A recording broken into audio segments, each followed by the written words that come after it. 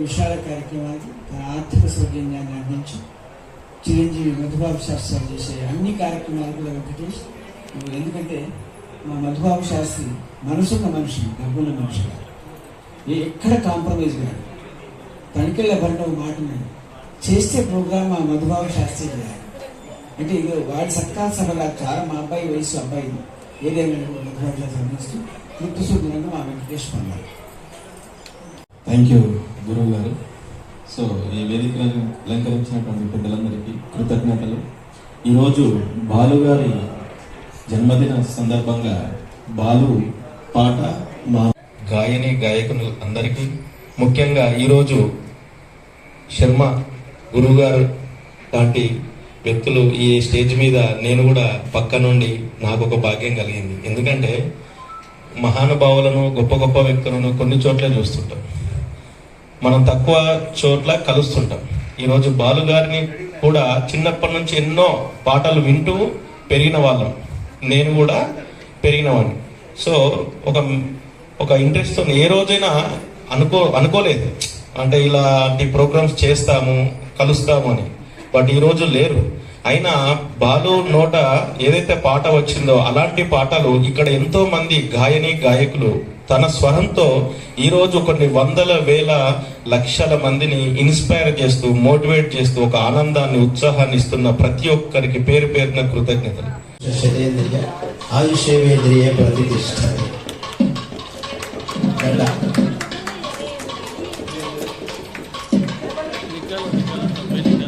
White linger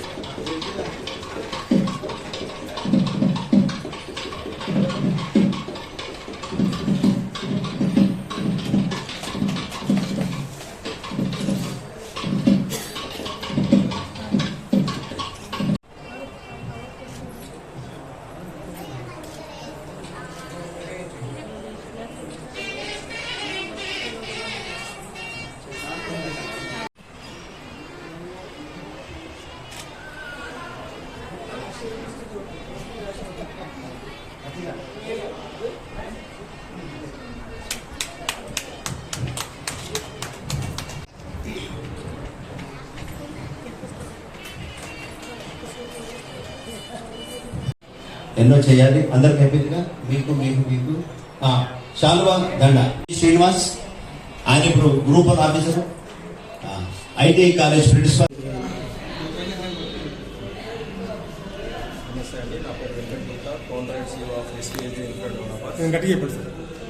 నమస్తే అండి, నా పేరు Venkatesh Gupta, founder and CEO of SVSJ infra developers. ఈరోజు బాలుగారి జన్మదినం సందర్భంగా బాలు పాట మా నోట అనే కార్యక్రమాన్ని మధుబాబు శాస్త్రి గారు ఈరోజు ఈ యొక్క రవీంద్ర భారతి కళావేదికకి తీసుకొని గాయని గాయకుల చేత బాలుగారు పాడినటువంటి ఆ స్వరంతో పాడినటువంటి ఆ గానాన్ని, ఆ పాటలను ఈరోజు అందిస్తూ అందరికీ బాలుగారి విషయాలను గుర్తిస్తూ ఈరోజు వేదిక పైన ఎన్నో పాటలను మన ముందు ఉంచి మనల్ని మళ్ళా బాలుగారిని గుర్తు చేసుకునే విధంగా చేసినందుకు వారికి కృతజ్ఞతలు. శర్మ గారు రావడం, ఈరోజు ముఖ్య అతిథిగా కోటి గారు వాళ్ళు కూడా రావడం, అంటే కొన్ని అనివార్య కారణం వల్ల రాలేకపోయారు వర్షం కారణంగా. సో ఈరోజు చాలామంది ఇక్కడికి రావడం చాలా అభినందనీయంగా ఉంది. ఇక్కడ నేను కూడా ఈరోజు ఈ వేదికపై నన్ను పిలిచి నాకు కూడా సన్మానించారు. సో ఇలాంటి కార్యక్రమాలకు మేము కూడా సహకరిస్తున్నాము. సో సహకరిస్తున్నందుకు నాకు కూడా సన్మానం చేశారు. నాకు చాలా గర్వంగా ఉంది. ఎందుకంటే ఎప్పుడైనా ఇలాంటి సంగీత కార్యక్రమాలకు గాయని గాయకులకు చాలామంది ఉన్నారండి, ప్రోత్సహించేవాళ్ళు లేక చాలామంది గాయని గాయకులు బయటికి రావట్లేదు. సో ఇలాంటి వేదికలు చాలామందికి ఉపయోగపడతాయని చిన్న చిన్న గాయని గాయకులు కూడా ఈరోజు ఇలాంటి వేదికలపైన మంచి అవకాశాలు వస్తాయని కోరుకుంటూ ప్రతి ఒక్కరికి మంచి ఒక అవకాశం, మంచి ఒక ఆపర్చునిటీ ఈరోజు అంటే ఈ యొక్క గాయని గాయకులకు ఇలాంటి స్టేజ్ మీద తప్పకుండా భవిష్యత్తులో ఇలాంటి కార్యక్రమాలు ఇంకా ఎక్కువ చేయడానికి కూడా మేము తోడ్పడుతుంటాను. తప్పకుండా అందరి ఆశీస్సులు నాకు ఉన్నందుకు, నాపై ఉన్నందుకు, భగవంతుని ఆశీస్సులు కూడా నాపై ఉన్నందుకు నేను ఇలాగా ఇప్పటికీ చేస్తుంటాను. థ్యాంక్ యూ వెరీ మచ్ అండి. నేను ఎక్కువ మాట్లాడలేకపోతున్నాను, ఎందుకంటే thank you very much. Manisha cultural organization వారు మన బాలు గారి పుట్టినరోజు కార్యక్రమంలో మమ్మల్ని ఎన్నుకొని అయ్యప్ప సేవ చేస్తున్నాడు 33 సంవత్సరాలు కానీ మా బాబు శాస్త్రి గారు ముందు చెప్పి ఈ సన్మానానికి నాకు ఒప్పించారండి. నాకు ఎంత బిజీ ఉన్నా ఒకసారి మీరు రావాలని చెప్తే ఇంత మంచి కార్యక్రమం రాకుండా ఎలా ఉంటాం, అందుకే పరుగున రావడం జరిగింది. వచ్చినందుకు ఇక్కడ కోటి గారు మరియు కోదండరామరావు గారు ఇద్దరు రావాల్సింది, కానీ వర్షం ఈరోజు హైదరాబాద్లో విపరీతంగా కురియడం వల్ల నాకు కూడా 3 గంటలు లేట్ అయింది. వాళ్ళకు కూడా రాలేకపోయారు. అదొక బాధగా ఉన్నా కానీ దైవాజ్ఞ శర్మ గారి చేతుల మీదుగా ఈ అవార్డు అందుకోవడం చాలా ఆనందంగా ఉంది. ముందుగా నా మిత్రుడైన బాపు శాస్త్రికి కృతజ్ఞత తెలుపుకుంటూ, ఎంతో లక్షలాదిగా అభిమానులు నాకు ఇచ్చినటువంటి ఆ అయ్యప్పకు హృదయపూర్వక ధన్యవాదాలు తెలుపుకుంటాను. 33 సంవత్సరాలుగా మాల వేసుకొని అయ్యప్పని నమ్ముకొని ప్రతి సంవత్సరం మాలాధారణ తప్పకుండా వేసుకుంటూ ఎన్నో భజనలు చేస్తూ అయ్యప్ప యొక్క సంకీర్తనలను జనాల్లోకి తీసుకెళ్ళి మాల వేసుకునేలా నా పాటలు ఉన్నాయని చాలామంది అంటుంటే నా పాటలు విని మాలలు వేసుకున్న స్వాములు నిజంగా చెప్పాలంటే లక్షల్లో ఉన్నారు. అన్న కూడా అందులో వెంకటేష్ అన్న కూడా ఒకటి తమ్ముడు. కాబట్టి ఆ అయ్యప్ప కృపాకటలు అందరిపైన ఉండాలి, అందరూ బాగుండాలా, అందులో నేను ఉండాలని కోరుకునేవాడిని. నన్ను ఇంటర్వ్యూ చేసిన ఈ ఛానల్ వారికి కూడా నిజంగా కృతజ్ఞుడిని. మీరు అయ్యప్ప మీద లేకపోతే ఇతర అయ్యప్ప ఎక్కువ డెవోషనల్గా మొదలైంది. ఇప్పుడు రాజకీయ పరంగా కూడా డెవోషనల్ కాకుండా ఫోక్ బోనాల పాటలు కానివ్వండి, అలాగే విధంగా మనకు వినాయకుడి పాటలు, మళ్ళీ రాజకీయ పరంగా కూడా నేను అన్ని పాటలు పాడగలుగుతున్నాను. ఆ శక్తి అయ్యప్ప నాకు ఇస్తున్నాడు. కాబట్టి కృతజ్ఞతను అయ్యప్పకే చెప్పుకుంటాను. ముందుగా నాకు ఏ సంగీతం నేర్చుకోకపోయినా కానీ నాకు రాయడం ఆయన ఇచ్చాడు, పాడడం ఆయన ఇచ్చాడు, బాణీ కట్టడం కానీ మ్యూజిక్ అందించడం అన్నీ నాయే అనడం వల్ల అయ్యప్ప ఇచ్చిన వరంగా భావిస్తూ ముందుకు సాగుతుంటాను. ఇంకా మంచి మంచి పాటలు మీకు ఇస్తాను. ఇప్పటివరకు మీ ద్వారా ఎన్ని ఆడియో నా కొన్ని వేల పాటలు యూట్యూబ్లో ఉంటాయి. నా పేరు గంగపుత్ర నరసింహరావు అనగానే కొట్టగానే నీకు వరుసగా వస్తుంటాయి. వీడియో సాంగ్స్ ఉంటాయి, ఆడియో సాంగ్స్ ఉంటాయి. చాలా అవార్డులు తీసుకున్నాను. ఈ అవార్డు కూడా నేను చాలా ఆనందంగా సంతోషంగా, అన్ని అవార్డులలో ఈ అవార్డు కూడా ఒక చాలా సంతోషాన్ని ఇచ్చింది బాలుగారి పేరు మీద. బాలుగారు నేను ఓసారి ఇలానే మన కీర్తన స్టూడియోస్లో గణపతి కాంప్లెక్స్ దగ్గర ఒకే స్టూడియోలో ఇద్దరం ఒకేసారి రికార్డింగ్ పెట్టుకున్నాము. ముందు నేను లోపల పాడుతున్నాను, సార్ బయట కూర్చున్నాడు. బయట అంటే కాదు, ఆయనకు స్పెషల్గా ఒక రూమ్ ఉంది, అందులో కూర్చున్నాడు. పాట అయిపోయిన తర్వాత వచ్చారంటే మేము వెళ్ళినాం కలిసి అడిగింది. అప్పుడు ఆయన నన్ను చూసి నా గెటప్ చూసి తమిళ అని అడిగాడు. లేదు సార్ నేను ఇక్కడ లోకల్ హైదరాబాద్ అంటే సరేరా అన్నాడు. ఆయనకు మంచి షాల్ తీసుకెళ్ళి కప్పుతుంటే ఇవన్నీ మనకు అవసరం లేదని గట్టిగా కౌగిలించుకొని ఫోటో కూడా నా దగ్గర ఉంది. ఇప్పుడు నేను చూపించలేకపోతున్నా. చాలా సంతోషం. మీకు ఈ అవకాశం ఇచ్చిన ఈ మనీషా కల్చర్ గురించి ఆర్గనైజర్ గురించి ఒక మాట. నిజంగా ఈ మనీషా కల్చరల్ ఆర్గనైజర్ వారు మరి డిపార్ట్మెంట్ ఆఫ్ లాంగ్వేజ్ తెలంగాణ వాళ్ళు కూడా సంయుక్తంగా నిర్వహించిన ఈ కార్యక్రమంలో నిజంగా నన్ను ఎన్నుకోవడం, నా సేవకు అవార్డును ఇస్తున్నానని బాబు షా చెప్పగా చాలా బాగా ఆనందించాను. బాలు గారి పేరు మీద అందుకోవాల్సిన మొట్టమొదటిది అనుకుంటాను. నాకు చాలామంది పూజల్లో అయ్యప్ప వీళ్ళు ఇచ్చారు, కానీ బాలు గారి పేరు మీద నాకు ఒక అవార్డు రావడం అనేది పూర్వజన్మ సుకృతంగా భావిస్తున్నాను. Thank you sir. Madhubabu of course అతని యొక్క అభిమానే కాకుండా ఈ ప్రోగ్రామ్ చాలా చక్కగా నిర్వహించారు. అండ్ మధుబాబు అంటే ముఖ్యంగా గుర్తొచ్చేది ఎస్పీ బాలసుబ్రహ్మణ్యం గారు ఒక సింగర్గానే. ఎందుకంటే ఆయన 30 years నుంచి ప్రోగ్రామ్స్ ఆర్గనైజ్ చేస్తున్నారు. 1994 నుండి స్టార్ట్ అయిందనే ఒక ఆర్కెస్ట్రా జర్నీ. అండ్ ఆయనతో కలిసి నేను ముఖ్యంగా బాంబేలో ప్రోగ్రామ్ చేశాను, హైదరాబాద్లో కూడా ప్రతిసారి బాలసుబ్రహ్మణ్యం గారి ప్రోగ్రామ్ ఉన్నా కానీ, కిషోర్ కుమార్ ప్రోగ్రామ్ ఉన్నా కానీ నన్ను ఇన్వైట్ చేస్తుంటారు. నేను మంచి మిత్రులు కూడా. And is a wonderful singer also. ఎందుకంటే అద్భుతంగా పాడతాడు. బాలసుబ్రహ్మణ్యం గారి పాటలు చాలామంది పాడతారు, ఆఫ్కోర్స్ లక్షల మంది పాడేటోళ్ళు ఉన్నారు. కానీ బట్ మధుబారు గారి వాయిస్లో ఒక స్పెషల్ అది ఉంది. ఎందుకంటే ఆయన పాడుతున్నప్పుడు డెఫినెట్లీ ఒక మంచి దాన్ని ఏమంటారంటే హృదయానికి టచ్ అయ్యేలాగా పాడతాడు బాలసుబ్రహ్మణ్యం గారి పాటలు, అంత డౌటే లేదు. సో ఈరోజు వండర్ఫుల్గా ఆర్గనైజ్ చేశారు రవీంద్ర భారతిలో. అన్ఫార్చునేట్లీ కోటి గారు రాలేకపోయారు. కోటి అంటే అప్పుడు సార్ కోటేశ్వరరావు గారు, అతని పరిచయం అవసరం లేదు ఫిల్మ్ ఇండస్ట్రీలో. అండ్ కోదమండ రామరెడ్డి కూడా రావాల్సి ఉండేది, బట్ అతను కూడా రాలేదు because of heavy rain. But అయినా కానీ అద్భుతంగా ప్రోగ్రామ్ జరిగింది అండ్ చాలామంది వచ్చి ఎంజాయ్ చేశారు ప్రోగ్రామ్ను. అండ్ ఇలాంటి కార్యక్రమాలు రెగ్యులర్గా చేస్తూ ఉండాలని చెప్పి నేను మరొకసారి వాళ్ళని ఆశిస్తున్నాను. వాళ్ళు చేస్తున్నారు. జూన్ 1 నుండి బాలసుబ్రహ్మణ్యం గారి యొక్క బర్త్డే సెలబ్రేషన్ స్టార్ట్ అయ్యాయి అండ్ 11th to 12th వరకు కూడా ఇవి కొనసాగుతూ ఉంటాయి. సార్, ఈరోజు మీరు బాలసుబ్రహ్మణ్యం గారి జన్మదినం సందర్భంగా ఈ అవార్డు అందుకోవడం, ఈ అవార్డు ముఖ్యంగా బాలసుబ్రహ్మణ్యం గారి బర్త్డే రోజు అవార్డు అందుకోవడం అనేది నాకు ఒక స్పెషల్ డేగా భావిస్తాను. ఎందుకంటే బాలు గారిని నేను 3-4 times ఇంటర్వ్యూ కూడా చేశాను దూరదర్శన్కు, చాలా ఛానల్స్కు.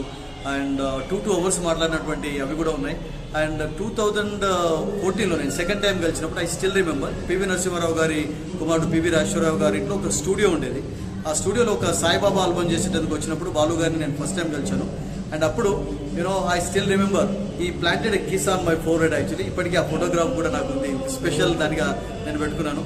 ఆ తర్వాత of course couple of times interview చేశాను. ఈజ్ అ వెరీ అంటే ఒక గ్రేట్ సింగరే కాకుండా ఒక గ్రేట్ హ్యూమన్ బీయింగ్ కూడా. చాలా సింపుల్గా ఉండేటువంటి వ్యక్తి. అండ్ ఆ మూమెంట్స్ ఎప్పుడు కూడా నేను లైఫ్లో మర్చిపోలేను, బికాస్ కలిసినప్పుడల్లా కూడా ఒక స్పెషల్ డేగా భావించేవాడిని నేను. సార్, మీరు కామెంటరీతో పాటు ఈ పాటలు కూడా నేను ఇన్స్పైర్ అయ్యారు? యాక్చువల్లీ నేను స్పోర్ట్స్ జర్నలిస్ట్ అండ్ కమెంటేటర్ను. ముఖ్యంగా I've been freelancing for lot of channels actually. నేను రెగ్యులర్గా కూడా స్పోర్ట్స్ జర్నలిస్ట్గా పనిచేశాను. నాగ్పూర్ టైమ్స్లో, లోక్మత్ టైమ్స్లో, ఇండియన్ ఎక్స్ప్రెస్లో. ఆ తర్వాత ESPNకు కరెస్పాండెంట్గా ఉన్నాను 2004 నుండి 11 వరకు. స్టార్ స్పోర్ట్స్ కూడా కరెస్పాండెంట్గా ఉన్నాను. నేను ఇప్పుడు దూరదర్శన్ అండ్ సోనీ స్పోర్ట్స్లో నేను ఫ్రీలాన్సర్గా కమెంటరీ చెప్తుంటాను. అండ్ ఇప్పుడు యూరో కప్ కూడా కమెంటరీ చెప్పడానికి వెళ్తున్నాను. June 14th నుంచి జర్మనీలో జరుగుతుంది. సోనీ తరఫున నేను కమెంటరీ చెప్తుంటాను. సింగర్గా నేను ముఖ్యంగా కిషోర్ కుమార్ గారి పాటలు ఎక్కువగా పాడతాను. కిషోర్ కుమార్ అంటే నాకు చిన్నప్పటి నుండి చాలా చాలా ఫేవరెట్ సింగర్ అతను. అండ్ తెలుగులో అఫ్కోర్స్ నేను పి సుశీల గారిని కూడా చాలా ఇష్టపడతాను. బాలుని అఫ్కోర్స్ అందరు ఇష్టపడుతుంటారు because is also legendary singer. ఈ ఫీల్డ్లో సింగింగ్ ఫీల్డ్ ఎన్ని సంవత్సరాల నుంచి ఉన్నారు? మీ family background? I'm actually from a very small town. Manthani అని మీరు పేరు విని ఉంటారు.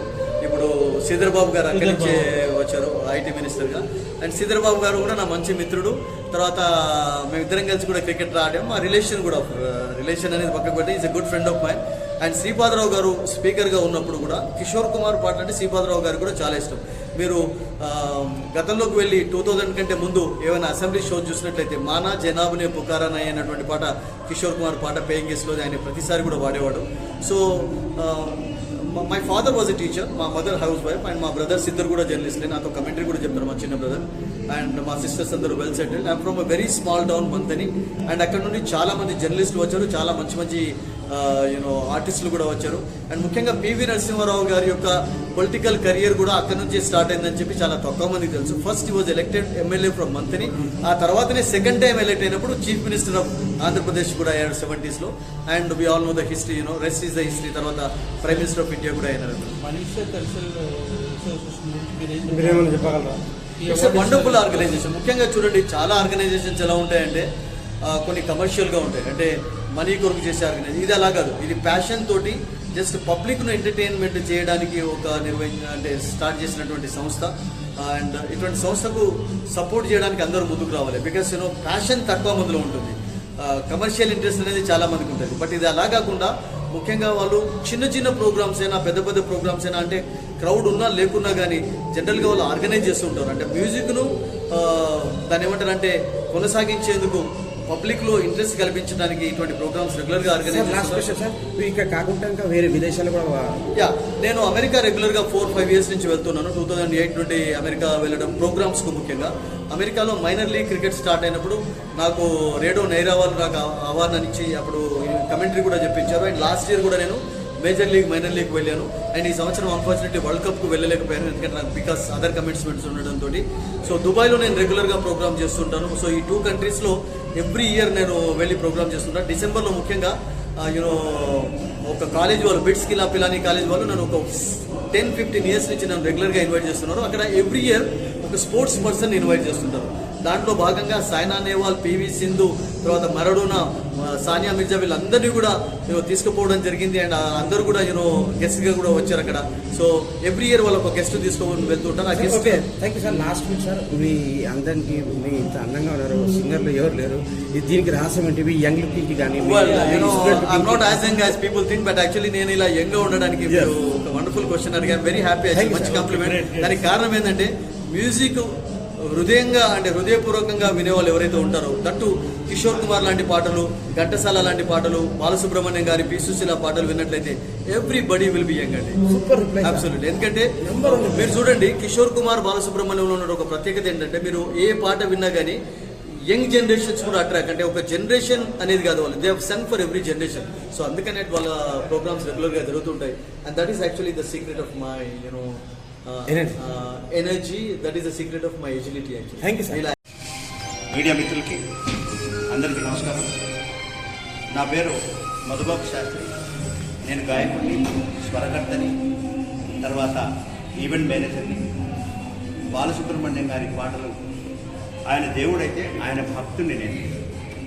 సో 1982లో నా మ్యూజిక్ జర్నీ ప్రారంభమై ఇప్పటికీ 30 సంవత్సరాలు నిండింది. ఈ 30 సంవత్సరాల రామ ప్రస్థానంలో కేవలం బాలు గారి పాటలతోనే నేను ఇన్స్పైర్ అవుతూ, ఆ పాటలతోనే ఉపాధి నేను పొందుతున్నాను.